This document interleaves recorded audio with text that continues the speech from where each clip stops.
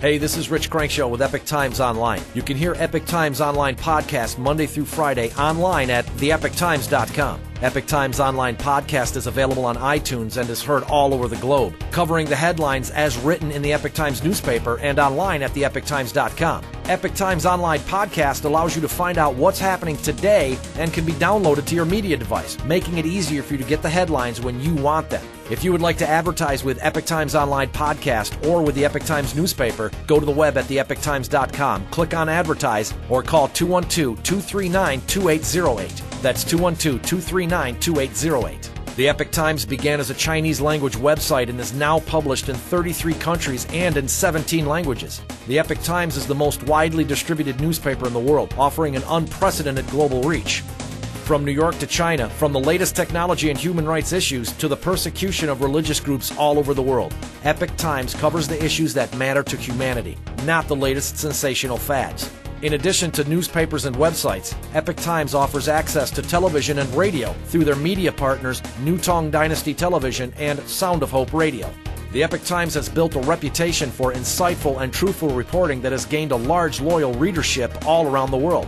Advertising with the Epoch Times newspaper, theepochtimes.com, and Epoch Times Online podcast will maximize your advertising dollar while helping us to push freedom of press and the integrity of news reporting worldwide. So go to the web at theepochtimes.com, click on Advertise, or call 212-239-2808. That's 212-239-2808. Keep Epoch Times Online podcast part of your busy day. To find out more, go to the web at theepochtimes.com, subscribe to the Epoch Times newspaper, and download Epoch Times Online podcast. For Epoch Times Online, I'm Rich Crankshaw.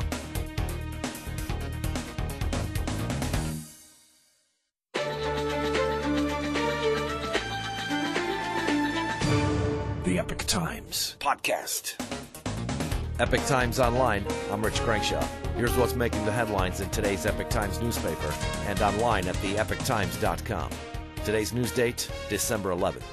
15 men armed with assault rifles abducted 75 people, including 4 teachers and a number of children in the southern Philippines Thursday morning. Local media reported the gunmen made a claim to police they want the leader of a rival gang to surrender. The rival clan is allegedly responsible for killing their tribe leader. During the day, 17 of the kidnapped children were released along with 1 adult. 2 teachers had managed to escape themselves. Violence is widespread across the Philippines. Last month, more than 57 civilians, including 26 journalists and media workers, were murdered in the southern island of Mindanao. Philippines Defense Secretary was quoted as saying there are 1 million loose firearms and 132 private armies all over the country. Physicians and professors faced with overwhelming evidence of organ harvesting in China say they feel the weight of institutions silencing the discussion. Professor Navarro from France's Montpellier University said while he was in China to train Chinese surgeons in organ transplantation techniques, he stumbled upon information that led him to conduct his own investigation into what seemed like state-organized organ harvesting. He heard hospitals were conducting thousands of organ transplants for profit, and the organs were taken from unwilling and healthy Falun Gong practitioners imprisoned for their spiritual beliefs.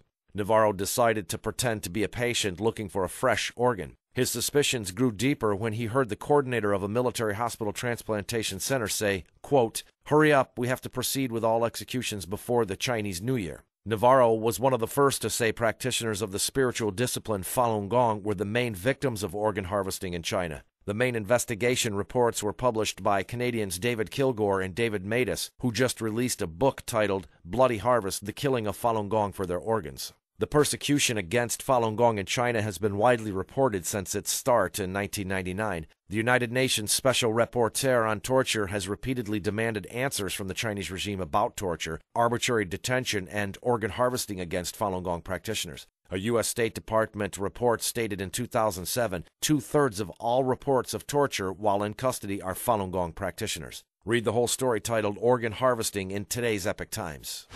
U.S. President Barack Obama accepted the Nobel Peace Prize at the ceremony in Oslo City Hall on Thursday. At the beginning of his 35-minute-long acceptance speech, Obama expressed humility by receiving the honor, calling his accomplishments slight in comparison with previous laureates like Martin Luther King Jr. or Nelson Mandela. Obama devoted a large part of his speech to the defense of his concept of a just war, suggesting the U.S. war in Afghanistan belongs to this category. Obama advocated a strengthening of UN and regional peacekeeping and stated peace requires responsibility, peace entails sacrifice. President Obama dismissed the notion his country wants to impose their own values on others, calling human rights universal values, not just Western ones.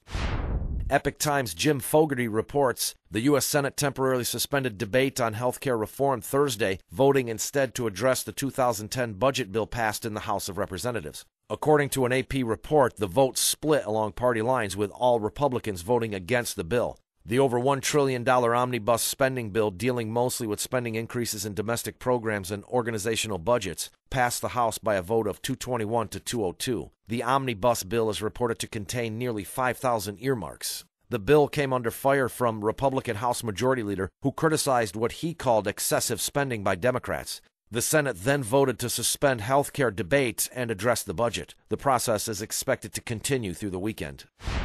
More than 30 people were arrested in Flushing, Queens on December 5th on drug charges. Among them were at least 3 leaders of the Fukien American Association. The Fukien American Association is a Chinese community group with ties to the triads and organized crime, according to several sources, including the National Gang Crime Research Center. The Fukien American Association raised at least $70,000 for New York City Comptroller John Liu's 2009 political campaign, according to Chinese-language newspaper World Journal. A sidewalk in New York City's Times Square was closed off after an armed street peddler was shot by police Thursday afternoon. According to the Daily News, the gunman was identified as Raymond Martinez from the Bronx. Martinez, who was selling compact discs, was approached by a plainclothes police officer assigned to cracking down on illegal street vendors in Times Square, according to New York One News. When approached by police, Martinez fled on foot. 2 plainclothes officers chased him when he allegedly turned and fired at them with a pistol, leaving holes in nearby store windows. The 2 officers then fired back, hitting the gunman in front of the Marriott Hotel at 46th Street and Broadway. Martinez was rushed to the hospital, where he was pronounced dead. In the Sydney Theatre Company production of Tennessee Williams' A Streetcar Named Desire, imported by the Brooklyn Academy of Music, it is immediately made clear the focus is on the character of Blanche. Blanche has come to New Orleans from her hometown in Mississippi to stay a while with her married sister, Stella. What later comes out is Blanche is fleeing from disastrous professional and personal events. The Sydney Theatre Company production opened in Sydney, Australia on September 5, 2009, and will be at the Brooklyn Academy of Music till December 20th. Read Diana Berth's review titled Theater Review, A Streetcar Named Desire in the Arts and Culture section of today's Epoch Times. After showing interest for almost a year, Japanese electronics maker Panasonic acquired a 50.2% majority stake in rival Sanyo Electric on Thursday. Panasonic is the world's #1 maker of plasma televisions, but the deal is driven by Sanyo's position in green technologies. It is currently the biggest rechargeable battery manufacturer in the world. The deal immediately propels Panasonic as a dominant player in the fast-growing hybrid car batteries market. Panasonic paid a total of 403 billion yen, or $4.6 billion, from Sanyo's majority shareholders. Today in history, December 11th, 1816, Indiana becomes the 19th state. Germany and Italy declare war on the United States, December 11th, 1941. December 11th, 1961, Nazi war criminal Adolf Eichmann is found guilty of war crimes in Israel. And finally, boxing legend Muhammad Ali fought his 61st and last fight, losing to Trevor Burdick today, December 11th, 1981. In today's Epoch Times sports page, IndyCar driver Danica Patrick has confirmed she will drive a limited number of NASCAR worldwide races for Dale Earnhardt Jr.'s Junior Motorsports in 2010. Patrick will be driving the #7 Chevrolet sponsored by GoDaddy.com and is eligible to also drive in Camping World Truck Series races. Patrick will make her NASCAR debut in the ARCA Series race at Daytona International Speedway on February 6, 2010.